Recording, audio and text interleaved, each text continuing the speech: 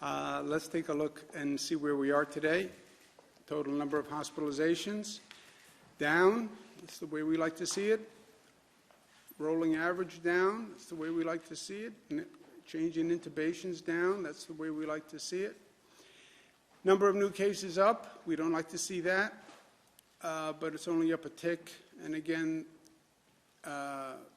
these numbers tend to bounce, but it's been a slow decline. There's no doubt about that. And you see there's been several plateaus in the decline. We are very curious to find out where that number winds up, how low the new cases go. We've done a lot of research, as you know. Those new cases mostly coming from people who are at home. So we're talking about home spread, more than at work, more than first responders, more than essential personnel. And that's the hardest place to control the spread, is when a person's literally at home, right? There are very few precautions. It's all about personal behavior. But that's where those cases are coming from. Number of deaths is down, but still painful, 132. We are right about where we were when we started this. Number of lives lost. We go right back to March 27th, and that's when we really first started this miserable journey. We're going to open half the regions in the state today, 5 regions out of 10. They are the regions that meet the numerical criteria. There's no politics to this judgment. There's no arbitrary nature to this judgment. It's all on the numbers. 7 criteria, which basically measure the infection rate, hospitalization rate, testing rate, et cetera. And that's how the decision is made. For those regions that don't qualify to open today, we're extending what's called the New York Pause Order, which is the close down of services and institutions that have been closed down.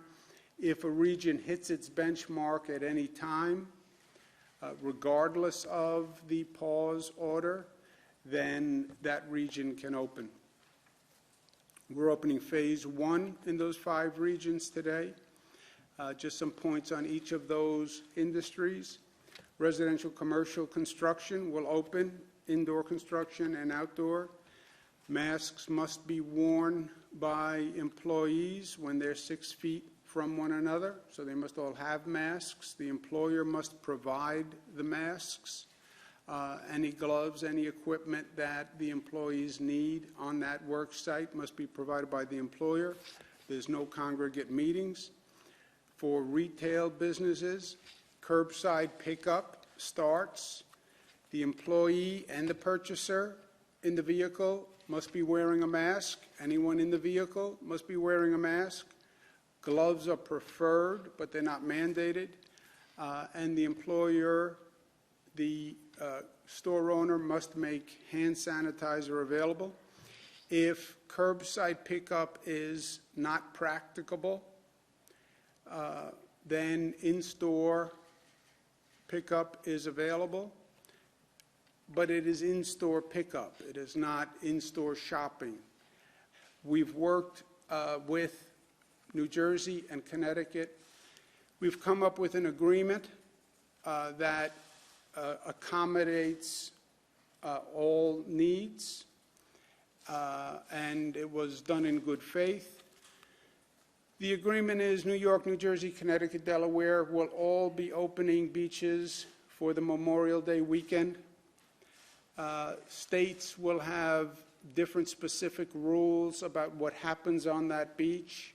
They'll all be plus or minus, but they're all basically in the same ballpark. They're opening Friday of Memorial Day weekend, state beaches. That includes local beaches, lake shores. It does not include pools. Pools are closed.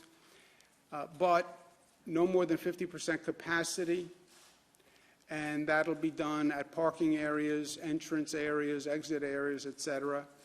No group contact activities, no volleyball, no football, nothing like that.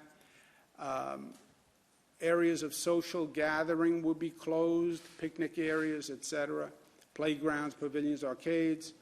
Social distancing will be enforced for employees and for visitors.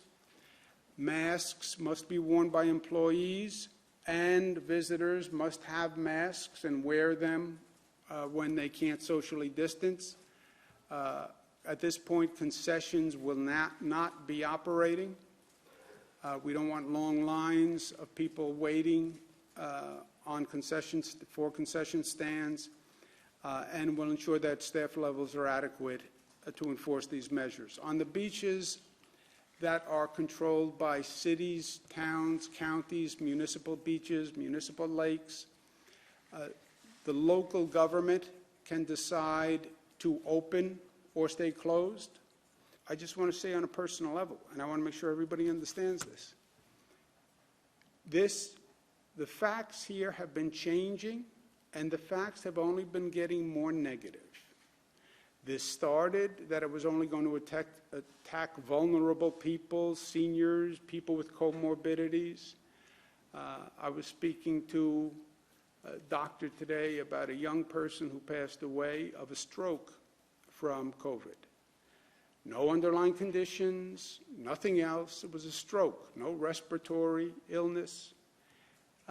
Well, what happened? Well, apparently the virus can affect the heart and the liver and other organs besides the lungs, and we didn't know that. Children weren't going to be infected, except now we're studying 100 cases where children are in fact affected by the virus, and some of them very serious. And that 100 cases, I'll wager that's going to only go up, and it's going to be much more widespread than anyone thinks. So the amount of personal responsibility here to keep oneself safe, to keep one's family safe, I cannot stress highly enough. Do not underestimate this virus, and do not play with this virus. Hi everyone, George Stephanopoulos here. Thanks for checking out the ABC News YouTube channel. If you'd like to get more videos, show highlights, and watch live event coverage, click on the right over here to subscribe to our channel, and don't forget to download the ABC News app for breaking news alerts. Thanks for watching.